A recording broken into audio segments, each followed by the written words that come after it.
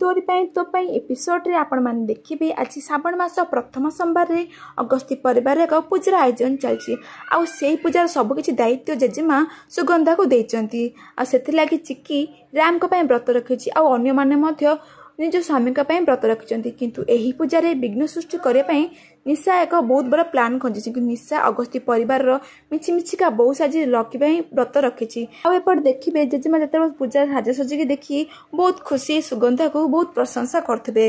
एतेबेले सुगंधा कहबो नाई मा ए सब सजसजी मु एका करनी मो साथरे जसोदा मध्ये मिसिकी करिछि। जजिमा जते सुगंधा थारु ए कथा सुनी जसोदा को चाहि रहिबे आ जसोदा जते चिकन रूम रे किचन रूम रे रही निधि साथरे मिसिकी लडू तैयारी करथिबे आ तांको चाहि रही कि जेजेमा भाबुथिबो जे जेबेठु ए घर को चिक्की आ जसोदा आछंती तांकर प्रत्येकटी काम रे मो सिया आ मो जानकी कथा मन पकाई दउचंती आ जहा को सब दिन पई मु भूली जिबा को चाहुथिली।